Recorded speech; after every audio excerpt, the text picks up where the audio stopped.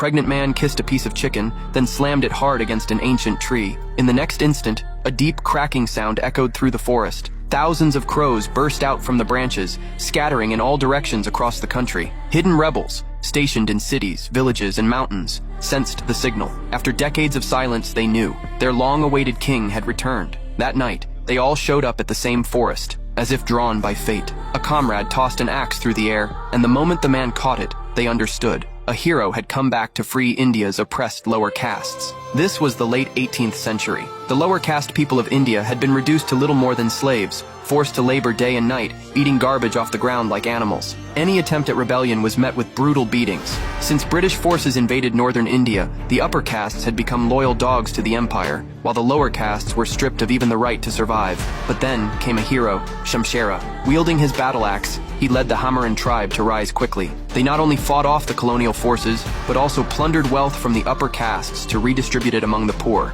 So powerful was he that the upper castes placed a bounty of 10,000 gold coins on his head, but no one could touch him. He defeated every enemy that dared to face him. Desperate, a cunning Indian officer named Rashi offered a plan. He proposed a deal to Shamshera. In exchange for peace, the Hamoran people would be given fertile land where they could live freely. Wanting stability and freedom for his tribe, Shamshera agreed, without suspecting the trap. The moment they entered the promised land, they realized it was a living nightmare. There was no food, no fertile soil, just steep cliffs and cruel terrain. Escaping was nearly impossible. To save his people, Shamshera said goodbye to his pregnant wife and began climbing the mountain, hoping to find a way out. But soldiers spotted him halfway up. In a hail of bullets, he fell, tumbling down the cliffside. When he came to, he was hanging from a rope above a well, captured by Rashi. Wanting to break the tribe's spirit once and for all, Rashi picked up a stone and handed it to Shamshera's wife, urging her to denounce her husband as a traitor who tried to flee alone. She touched her belly, feeling the baby inside. Her thoughts were in turmoil. For the sake of her unborn child and the safety of their people, she choked back tears and threw the stone at her husband, calling him a traitor.